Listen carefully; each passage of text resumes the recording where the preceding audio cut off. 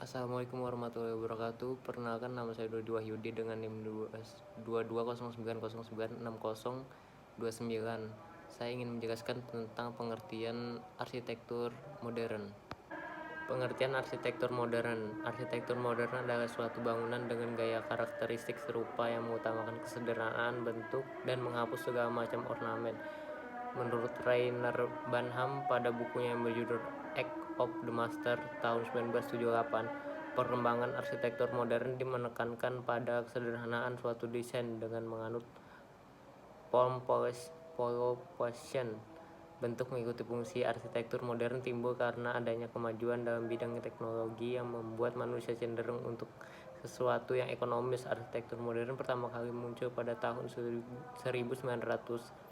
Pada tahun 1940, gaya ini telah diperkuat dan dikenal dengan gaya internasional dan menjadi bangunan yang dominan dalam abad ke-20. Arsitektur modern timbul karena adanya kemajuan dalam bidang teknologi yang membuat manusia cenderung lebih memilih sesuatu yang praktis dan ekonomis. Arsitektur modern memiliki prinsip yaitu fungsional dan efisiensi. Fungsional yang artinya bangunan tersebut harus mewadahi aktivitas penghuninya, dan efisiensi harus mampu diterapkan ke berbagai hal seperti efisiensi biaya, efisiensi waktu, pengerjaan, dan aspek pre-maintenance pada bangunan. Ciri-ciri arsitektur modern. 1. Ornamen ditiadakan. Penambahan ornamen dianggap suatu hal yang tidak efisien karena dapat dianggap tidak memiliki fungsi. 2. Bentuk arsitektur yang mengikuti fungsi. 3. Penekanan perancangan pada space, maka desain menjadi polos, sederhana, dan bidang-bidang kaca lebar. 4. Jenis bahan dan material yang digunakan diekspos secara polos, ditampilkan apa adanya dan tidak ditutup-tutupi sedemikian rupa hingga hilang karakteristik aslinya. Contoh-contoh bangunan modern di Indonesia. 1. Dom House Yogyakarta. Bangunan modern ini dirancang dalam bentuk yang sangat unik, layaknya rumah iglo khas suku Eskimo dengan kubah berbentuk bulat sehingga kerap disebut sebagai rumah Teletubbies oleh banyak orang. Kedua, Masjid Al-Sapar Cipularang. Meskipun sempat mengundang kontroversi, namun bangunan berupa masjid ini mewakili perkembangan arsitektur modern di Indonesia. Bangunan modern dengan bentuk menyerupai bongkahan batu besar yang dipahat ini menjadi bukti bahwa arsitektur Islam di Nusantara sangat fleksibel mengikuti perkembangan zaman. Perkenalkan, nama saya Andika Murazanur dengan NIM akhir 23. Saya akan menjelaskan tentang arsitektur Bauhaus. Arsitektur Bauhaus adalah gaya arsitektur modern yang muncul di Jerman pada awal abad ke-20, yang berfokus pada fungsi, kesederhanaan, dan penggunaan material industri yang baru pada saat itu. Arsitektur Bauhaus diilhami oleh seni rupa Bauhaus yang dipelopori oleh Walter Gropius di sekolah seni rupa Bauhaus yang terkenal. Beberapa ciri-ciri arsitektur Bauhaus antara lain: fokus pada fungsi. Arsitektur Bauhaus menempatkan fungsi bangunan di atas estetika dengan tujuan untuk menciptakan bangunan yang efisien dan fungsional. Desain yang sederhana. Arsitektur Bauhaus didasarkan pada prinsip kesederhanaan dan minimalisme dengan penggunaan bentuk geometris dasar, warna yang monokromatik, dan bahan industri seperti beton dan baja. Penggunaan bahan industri. Arsitektur Bauhaus memanfaatkan bahan-bahan baru pada saat itu seperti beton, baja, dan kaca untuk menciptakan bangunan yang efisien dan fungsional. Integrasi seni dan arsitektur. Arsitektur Bauhaus menekankan pentingnya integrasi seni dan arsitektur dan sering memasukkan karya seni rupa dan dekoratif ke dalam desain bangunan. Bangunan dengan bentuk geometris. Arsitektur Bauhaus menggunakan bentuk geometris seperti lingkaran, segitiga, dan persegi panjang dengan tujuan menciptakan bangunan yang abstrak dan modern. Ruang terbuka. Arsitektur Bauhaus sering menggunakan kaca dan dinding tipis untuk menciptakan kesan ruang terbuka dan terang. Selanjutnya adalah contoh arsitektur Bauhaus, yaitu Sekolah Bauhaus. Sekolah Bauhaus adalah sebuah institusi pendidikan seni rupa yang didirikan oleh Walter Gropius di Jerman pada tahun 1919. Tujuan dari sekolah ini adalah untuk menciptakan sebuah lingkungan yang mengintegrasikan seni, arsitektur, dan teknologi dengan pendekatan modern dan inovatif. Sekolah Bauhaus memiliki kurikulum yang revolusioner untuk waktu itu, dengan fokus pada pengembangan keterampilan praktis dan pemahaman tentang estetika, material, dan teknologi. Sekolah ini menawarkan program pendidikan seni rupa yang meliputi bidang seperti desain grafis, arsitektur, desain produk, dan seni lukis. Sekolah Bauhaus mempengaruhi banyak seniman dan arsitek terkenal di seluruh dunia dan menjadi salah satu pusat utama perkembangan seni rupa dan arsitektur modern. Meskipun ini hanya beroperasi selama 14 tahun, namun warisan seni dan arsitektur yang dihasilkan oleh sekolah Bauhaus tetap mempengaruhi desain hingga saat ini. Sekian dari saya, kurang lebih mohon maaf. Assalamualaikum warahmatullahi wabarakatuh.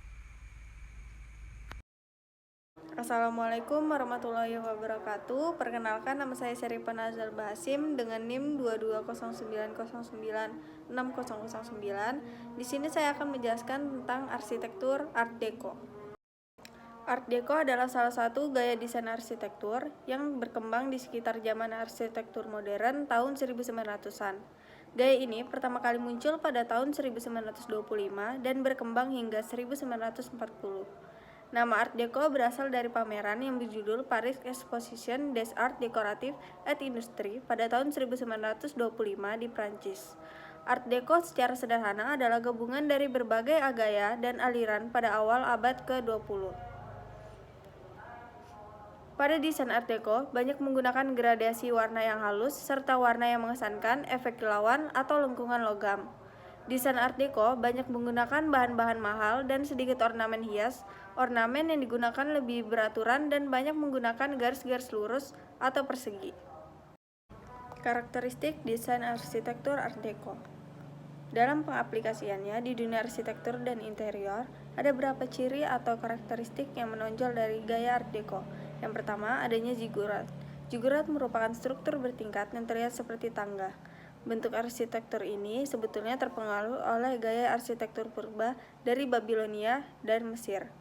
Yang kedua, bangunan dengan sisi melengkung. Ciri khas yang paling tidak bisa dipisahkan dari gaya Art Deco adalah sisi bangunan yang berbentuk melengkung. Namun, tidak semua sisi bangunan menggunakan sudut melengkung. Hanya satu atau dua bagian sisi bangunan saja yang dibuat melengkung, biasanya di bagian sisi kanan atau kiri fasad bangunan. Ketiga, atap bangunan yang datar. Atap pada gaya Art Deco berbeda dengan atap kebanyakan rumah yang biasanya berbentuk miring.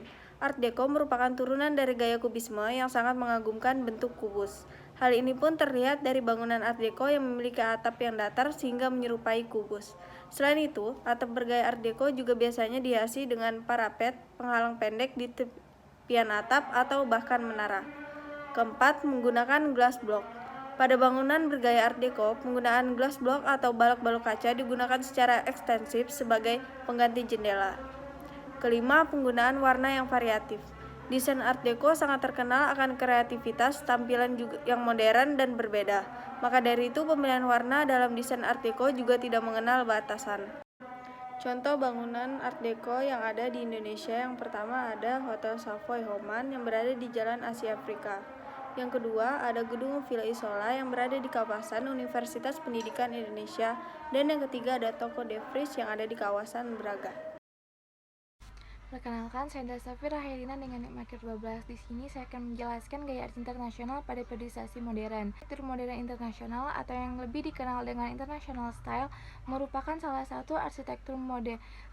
Gaya internasional adalah gaya arsitektur besar yang muncul pada 1920-an hingga 1930-an, masa-masa pembentukan arsitektur modernis. Istilah ini berasal dari judul buku karya Henry Russell Hitchcock dan Philip Jansen yang ditulis untuk mencatat International Exhibition of Modern Arsitektur yang diadakan di Museum of Modern Art di New York City tahun 1932.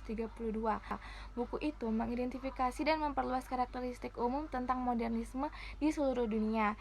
Hasilnya fokus lebih diperdalam pada aspek aspek gaya modernisme.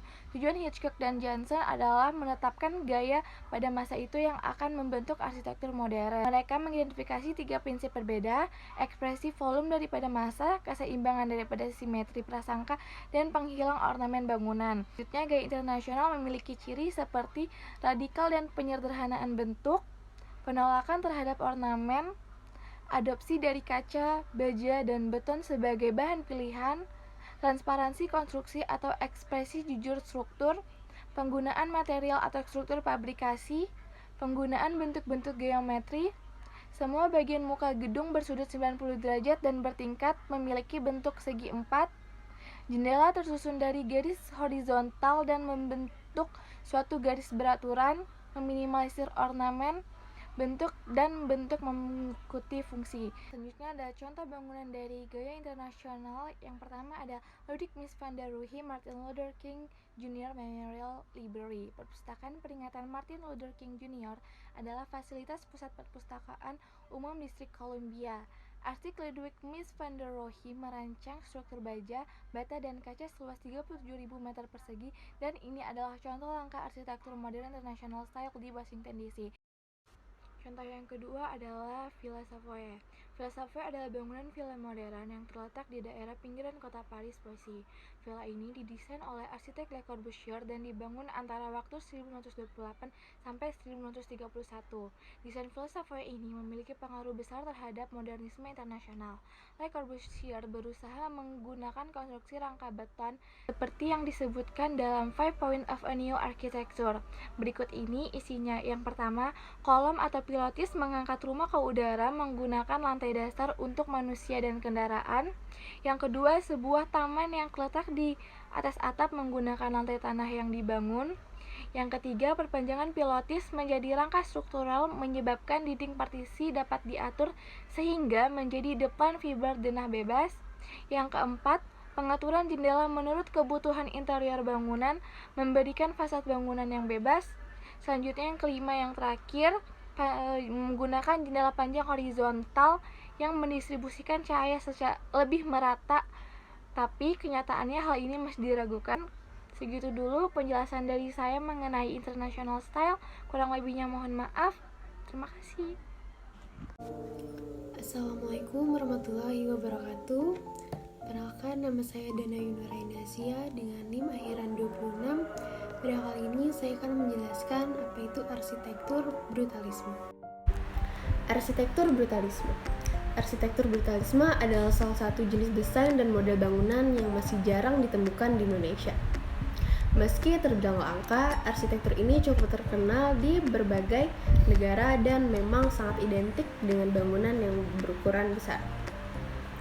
Secara bahasa, brutalisme berasal dari bahasa Prancis yaitu beton brut yang memiliki arti beton mentah. Kata brut inilah yang selanjutnya umum dikenal dengan brutalisme. Penggunaan istilah beton mentah mengacu pada bahan utama yang dipilih sang arsitek, yakni Le Corbusier, dalam membangun arsitektur ini pertama kali. Dari asal bahasanya, dapat diketahui bahwa brutalisme adalah bangunan yang dibangun menggunakan bahan beton mentah dan diperlihatkan pada bangunan dalam bentuk aslinya.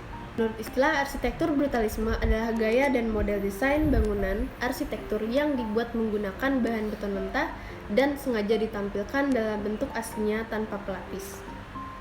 Dengan bahan alami ini, maka tampilan bangunan akan terlihat lebih kokoh dan kuat. Karakter yang ditimbulkan juga memiliki ciri khas tersendiri, sehingga menjadi desain yang unik dan disukai sebagian kalangan. Dalam membangun bangunan yang identik besar, walaupun dibangun dengan bahan utama beton mentah, tapi bangunan dengan gaya ini tetap menggunakan campuran bahan lainnya seperti baja, batu bata, dan kaca. Karakteristik arsitektur brutalisme. Perjalanan arsitektur brutalisme cukup panjang sejak dicetuskan pada tahun 1950. Hingga saat ini, gaya brutalisme terus digunakan namun telah mengalami banyak perubahan dan perkembangan yang pesat. Dari perjalanan panjang tersebut ditemukan beberapa karakteristik utama dari gaya brutalisme, diantaranya bentuk arsitektur kaku, struktur kasar tanpa pelapisan, bentuk aneh dan menyimpang dari kaidah bangunan pada umumnya, dibangun dengan sistem konstruksi, beton exposed, memiliki warna yang gelap, tersusun dari material campuran lain, memiliki banyak sirkulasi dan pencahayaan. Pada foto sebelah kiri yaitu Trellick Tower yang terletak di London yang dirancang oleh Erno Goldfinger. Gedung 32 lantai ini dibangun setelah Perang Dunia Kedua sebagai hunian yang murah dan modern. Pada foto sebelah kiri yaitu Series Building Sydney yang dirancang oleh Tau Govers pada tahun 1979. Kini menjadi salah satu bangunan ikonik di Sydney. Sekian dari penjelasan saya tentang arsitektur brutalisme, kurang lebihnya mohon maaf. Wassalamualaikum warahmatullahi wabarakatuh.